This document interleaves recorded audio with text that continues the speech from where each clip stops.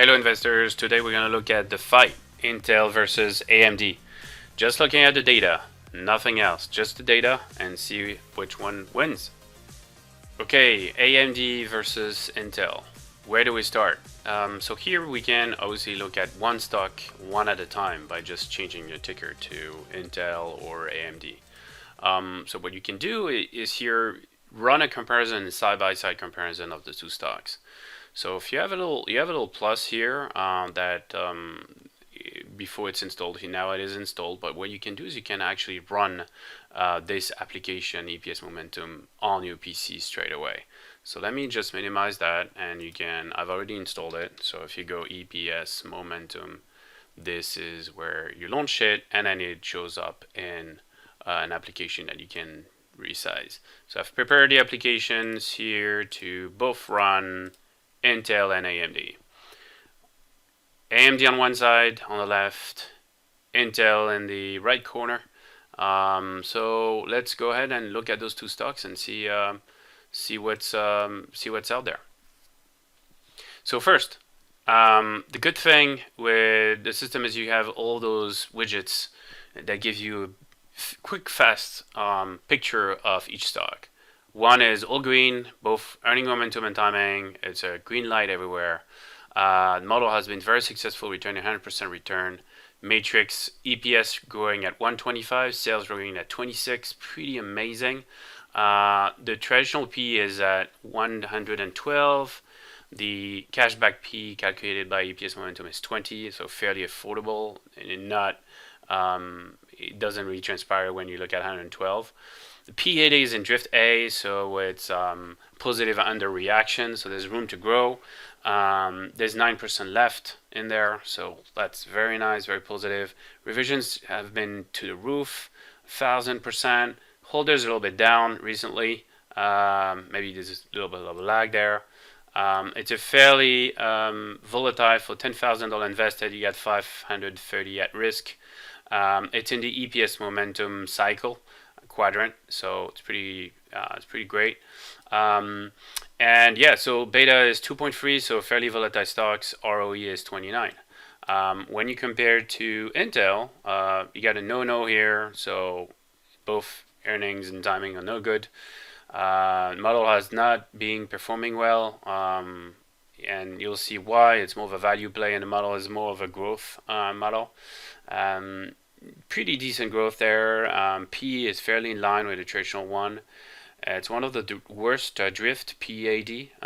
Still room to grow, but it's worth drift. Revisions has been down. It's pretty bad. Holders kind of flat. It actually has the same risk as AMD. It's a $565 risk for 10,000 invested if you invest recently on the stock, which is interesting. It's in the neglected quadrant, so in pretty bad shape there. And the ROE is 32. It's pretty high up compared to Intel, and the beta is much smaller, about more than half of it.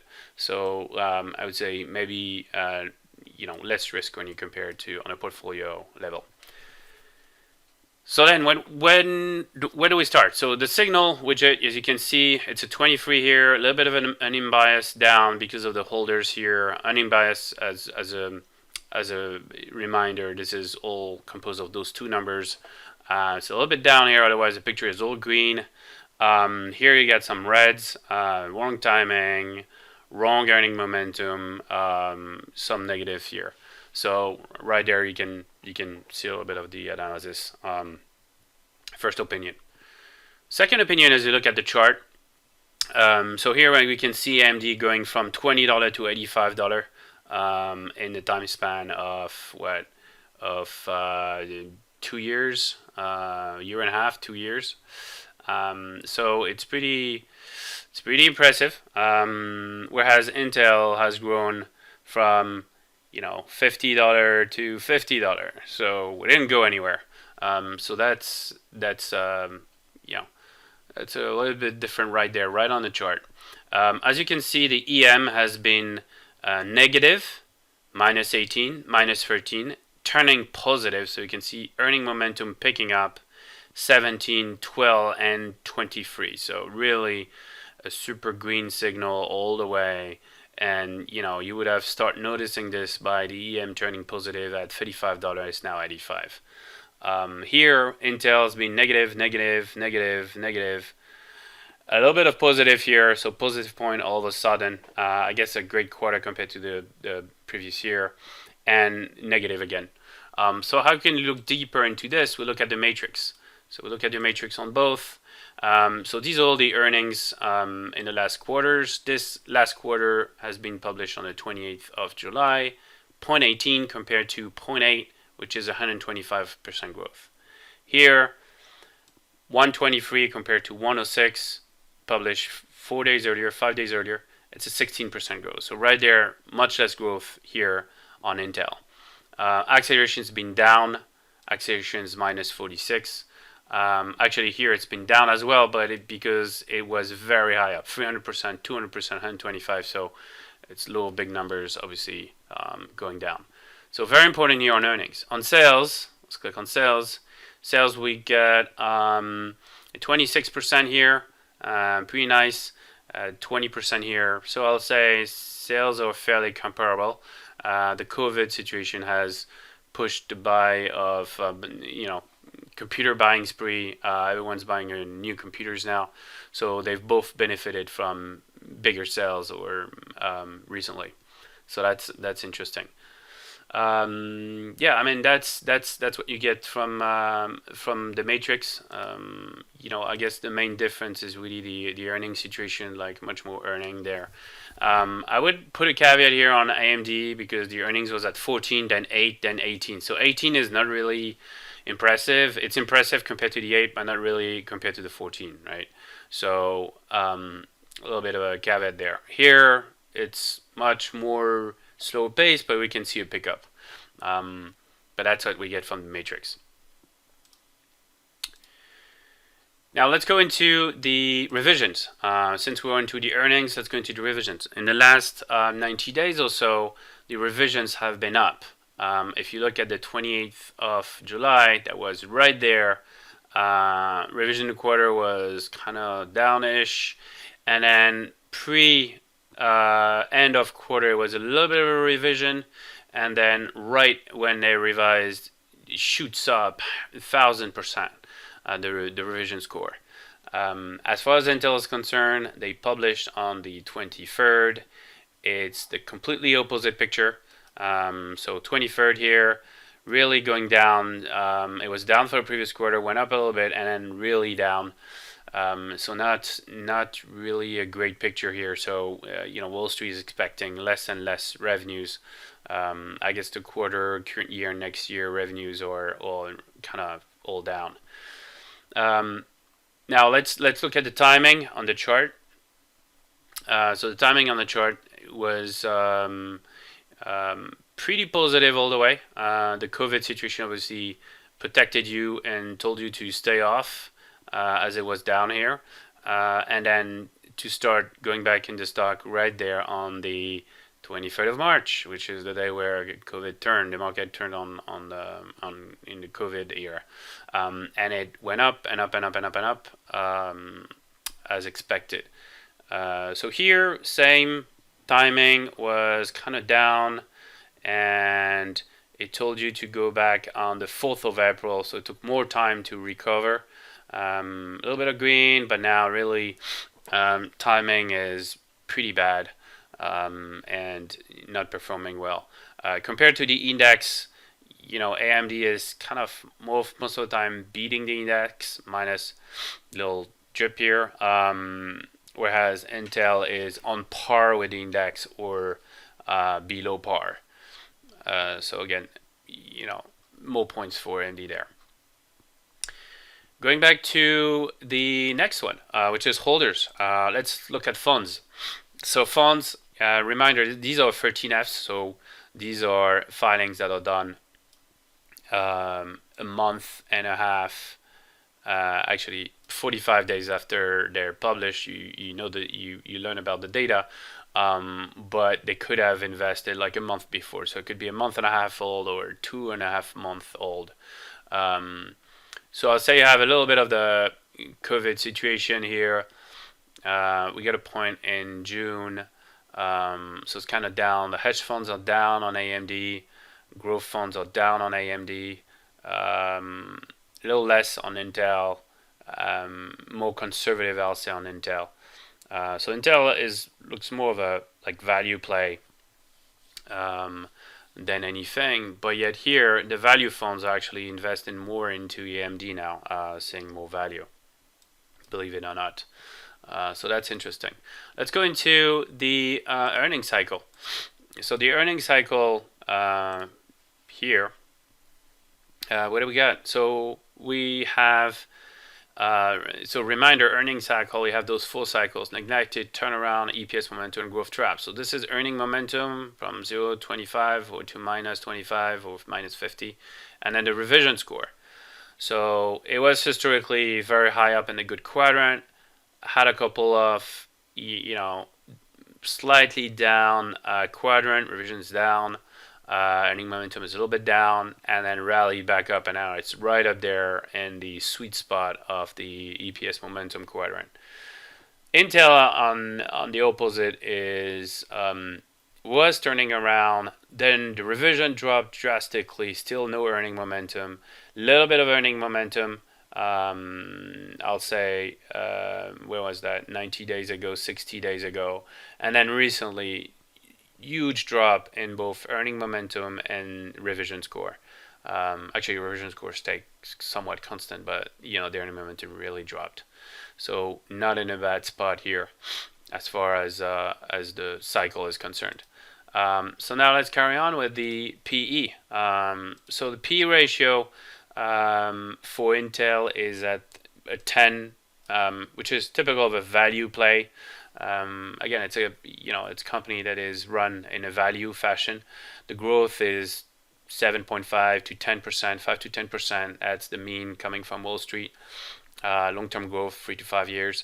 If you apply that growth to the actual P ratio and the cash flow you get every year in year 1, 2, 3, 5, and 6, 30, with the assumption of a 3% terminal growth, you get a little bit of a 8, which is close to a 925, so no surprise there. On AMD, completely different picture. They're growing like hell, 45% growth. So you get that nice little amazing growth in the next quarter and years, next 5 years, and then it'll eventually drop. That's the assumption we have. So when you take that into account and you discount these cash flow, you count those cash flow, you come up with a 20-year cashback P, which is P of 20. If you look at the traditional P is 112, which means nothing other than very high and very expensive and crazy. Please don't buy that stock. Where really, look, P of 20, right? Typically a growth stock, P of 20, and real positive revision out there. So, really something to look at here and very important. Okay, so let's carry on. After the P ratio, we go into the P80. P80 is the drift. So it's basically the answer. How did Wall Street interpret the new quarter? Did they like the new quarter? Did they dislike the new quarter? So you see it with those two numbers.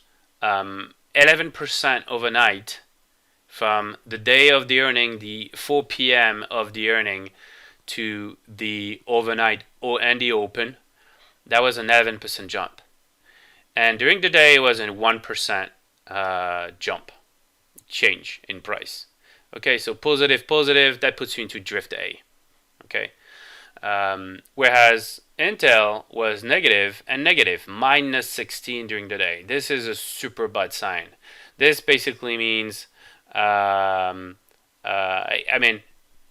mostly this is retail investing because there's very low possibility to have volume there. So institutions kind of wait-ish, with some exception, but institutions kind of wait for the normal day with lots of liquidity.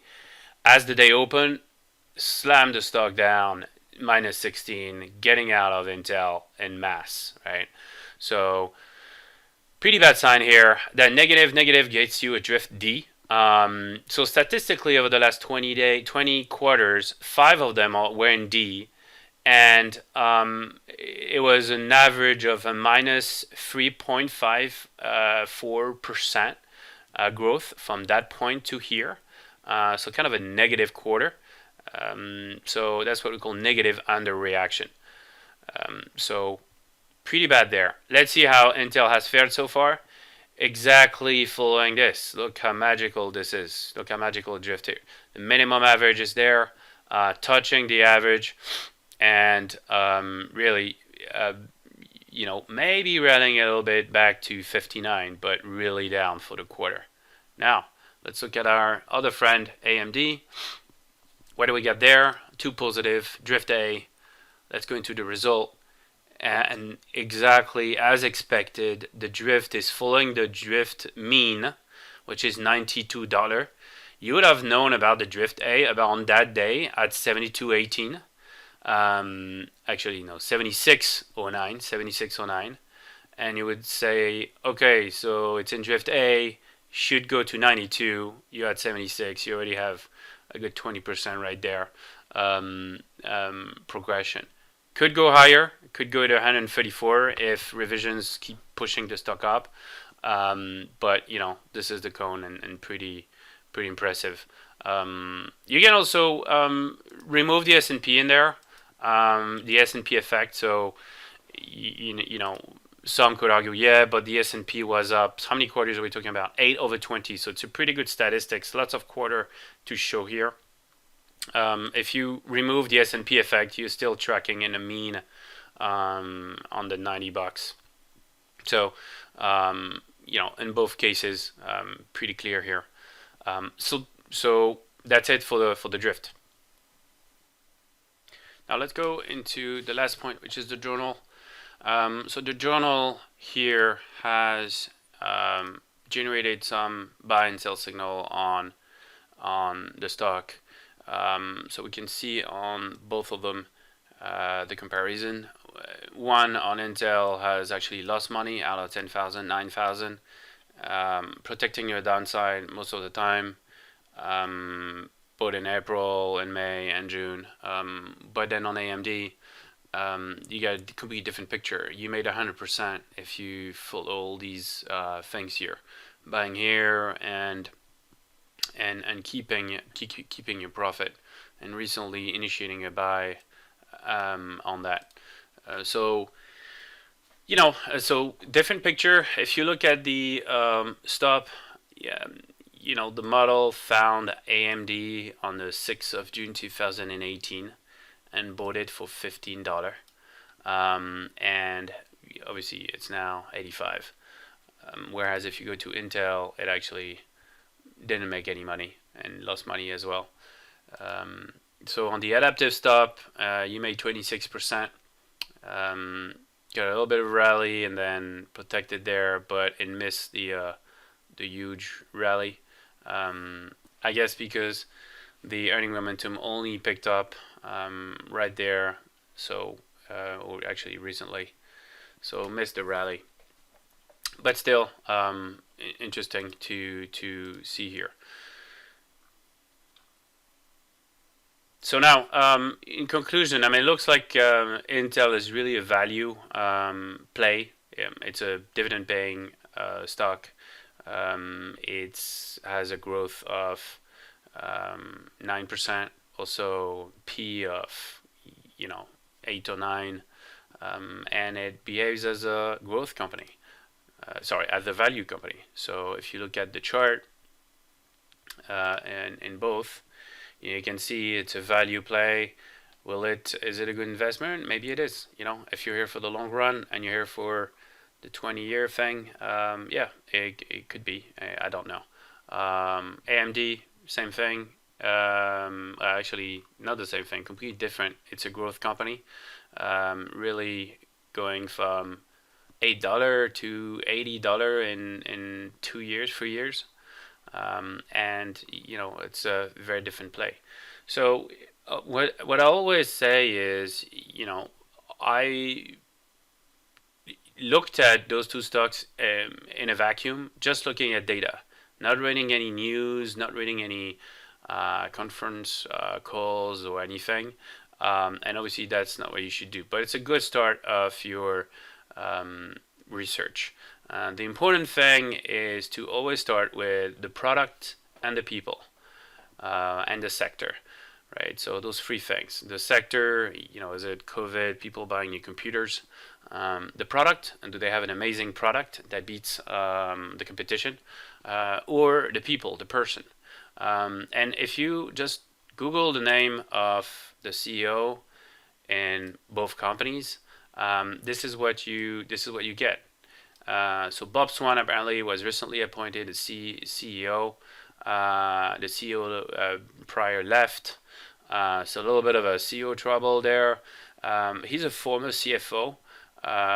So is it run more? Is it financially run in a sound way? Yeah, definitely. It's run by a CFO and former CFO of big companies. So I think it's a company that will be very nicely run from a financial standpoint.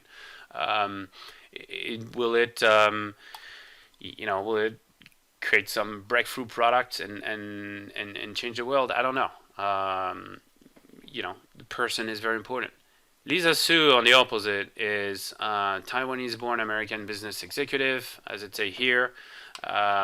She is an engineer, focusing on the product. She joined in 2014. From 2014, she took the stock from $8 to 85. So just added a zero to the stock. So I don't know, but it looks, by what I'm reading here, that not only she's focusing on the product and the technology and breakthrough, but also he's connected to Taiwan, and that's very important. We just published an article about it on our blog, Think Again Money. And the important thing is the AMD affiliation with the Taiwanese foundry TSMC, which allow them to produce, outsource some of the component to them, which Intel do not. Intel do everything in house. So again, several things that can be said there. Of course, you need to carry on and dig deeper in the analysis. But this is what EPSMomentum can do for you. Obviously, there's no stock recommendation there. We don't own the stock, or we do own both stocks, or whatever.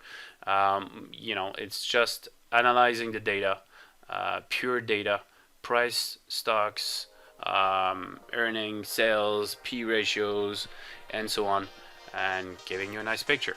Hope you find it useful, and if you like it, subscribe. Thank you.